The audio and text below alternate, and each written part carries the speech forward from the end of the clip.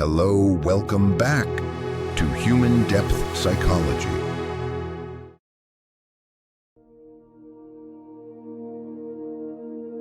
What occurs inside you when your capacity for feeling others finally goes silent? To the outside world, it doesn't begin as a dramatic event. It begins with your silence. It looks like a text left without a second follow-up. It feels like the absence of that extra question you always ask to bridge the gap. It's the moment you consciously decide not to soothe the discomfort you didn't create. And then, one morning you sense it. A profound stillness with a magnetic pull used to be. Not anger, not bitterness, just space.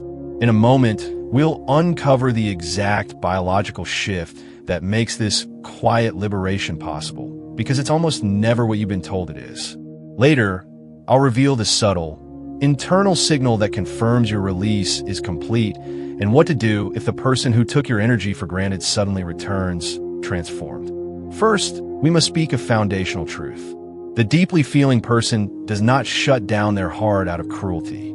They withdraw their endless giving when that giving has become a betrayal of the self. When compassion is no longer a free choice, but a trapped reflex that operates against your own well-being. Most believe stops caring means the love has died. Usually, it means you've stopped overperforming. You've stopped acting as the relationship's full-time emotional custodian. You've ceased being the one who anticipates every need and mends every rupture. You've stopped carrying the shared emotional weight alone, while pretending it's normal that you're the sole source of air. This shift can feel seismic, especially if your whole identity was woven from being the reliable one, the giver. Here is a cycle you may recognize intimately. Someone lets you down. You feel that sharp ache, the flush of heat, the sinking sensation. And in the very next heartbeat, your mind leaps to their defense. They're under pressure. They didn't intend it. They have their own history. You perform this act of understanding so swiftly, you barely notice you've just walked right over your own wounded feelings. Soon, you're apologizing for your reaction to their action. That isn't love. That is training. It's your nervous system's old mantra. Preserve the bond, no matter the price. Now, here is the first transformative truth. You did not care too deeply. You cared in solitude.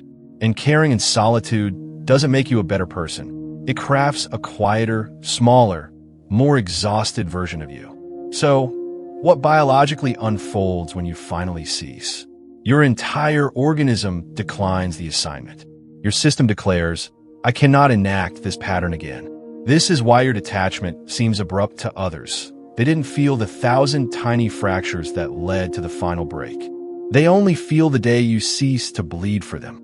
It's the afternoon you don't send the reassuring check-in. You witness a misunderstanding and don't rush to clarify it for their comfort.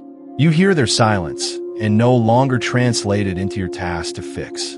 For the first time, you allow the tension to exist without offering yourself up to dissolve it. That is detachment, not indifference, but profound clarity. Your calm is not a lack of care. It is the sound of your internal bleeding stopping. Why do people often react with such intensity when you step back? Because many weren't bonded to you. They were bonded to your constant availability. They were attached to your swift forgiveness, your habit of reframing their behavior into something palatable, your ability to make consequences vanish. When you detach, they experience something unfamiliar in your presence, uncertainty. They can no longer predict you. They can't rely on you to tidy up the mess. Their own nervous system registers this as a threat. So they escalate. The messages arrive. Are you upset? You've changed. You're so distant. And if you remain steady, they may switch strategies, becoming remarkably attentive. But here is a crucial filter. Panic produces intense bursts. Authentic growth demonstrates steady continuity. Let's go deeper into your internal landscape. Detachment isn't merely a choice. It's a neurological shift. If your childhood involved navigating inconsistent emotional waters, you learned to secure connection by making yourself convenient. You became a scholar of moods, a conflict preventer, the easy one. You learned to perform serenity. That performance became your template for love. So even now, You may feel cruel when you're simply being authentic. You may feel like you're deserting someone when you are, at last, choosing not to desert yourself. What does this look like in daily life? It looks like you noticing a shift in their tone and deciding not to inquire. It looks like a last-minute cancellation met with a simple okay without a cushioning reply to ease their guilt. It looks like you're refusing to perform emotional triage on yourself after they've caused injury. It looks like hearing, "I've just been busy," and finally hearing the silent suffix, "for you." And the most unexpected part, when you detach, you often don't feel elation. You feel a deep, unfamiliar calm, because your nervous system has ceased its endless campaign to earn security. The world gets quieter, and in that quiet, you find not panic but relief. That relief is the sign most misinterpret. Now, consider the moment just before the release. It is profoundly physical. You see their name on your phone and your shoulders tense. You delay opening the message, knowing it will require managerial labor. You grow tired of explaining your heart to someone who profits from not comprehending it. And then, one day, you simply see the pattern with total clarity. They are present when it's effortless and distant when there's a cost. They cherish your comfort but resist your truth. They desire your compassion but reject your limits. Once seen, this truth cannot be unseen. Detachment is the moment the mirage dissolves, not the hope for love, but the hope that your excessive giving would teach them how to love you back. I promise you a practical step, because this is the junction where renewal or repetition happens. Here it is. The next time you feel the ancient urge to chase, clarify, or mend, use this single sentence and then stop. I am only available for clear, consistent connection. Then, undertake the most difficult part. Do not add a justification. Do not soften it. Do not manage their reaction. Let the statement stand. Their response will give you all the data you need. This sentence doesn't build a wall, it turns on a light. Now, let's answer the pivotal question. What is the true, quiet sign of real detachment? It is not that you stop thinking of them. It is that you stop bargaining with reality. You cease replaying dialogues to find the magic words that would have yielded better treatment.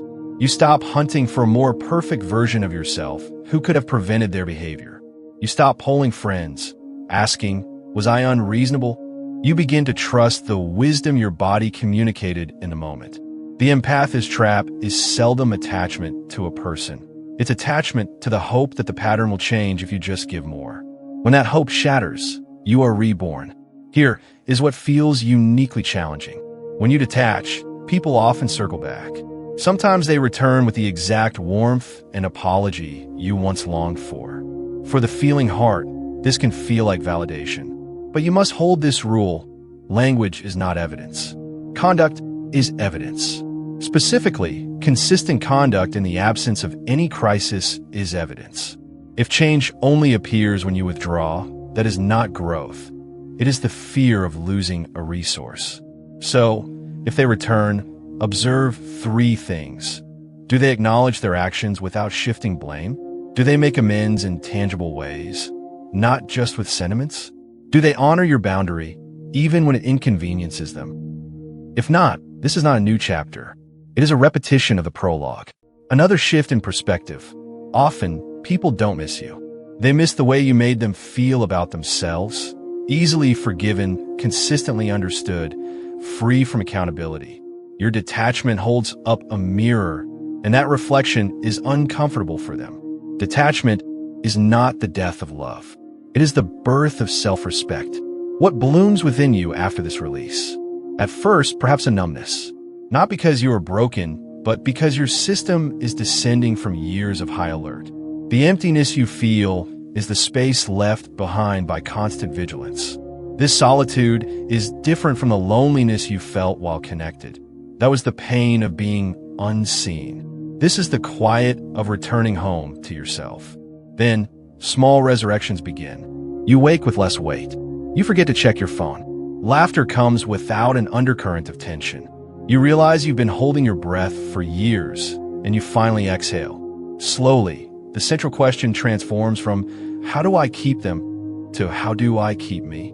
This is the maturation of your depth. True empathy has boundaries. It says, "I can sense your world, but I will not be consumed by it. It says, my care for you will not require the sacrifice of my own soul. Let's conclude with a truth that will resonate if it's meant for you. When a deeply feeling person finally ceases their endless care, they usually haven't stopped loving humanity. They've stopped seeking validation from those who demanded their disappearance. They've stopped believing love must be earned through endurance. They've stopped pleading for their basic humanity to be seen. They become someone capable of profound love without surrendering their dignity. Here is the summary, clear and direct. The moment you detach, you stop managing emotions you didn't generate. Others may panic because they were anchored to your utility, not your essence. Your action step is one sentence, offered without apology. The true sign of release is that you cease negotiating with false hope and start trusting the wisdom your body always held. The outcome? You don't turn cold. You become precise. If this resonated with a painful accuracy, please support this channel by giving this video a like. It truly helps winds of thought reach others on a similar path. For Winds of Thought, I'm your guide. In our next exploration, we'll map the delicate terrain of what happens when they return right after your liberation, how to discern genuine transformation from strategic maneuvering, and how to respond from a place of unshakable self-knowledge, so your newfound peace becomes your permanent residence.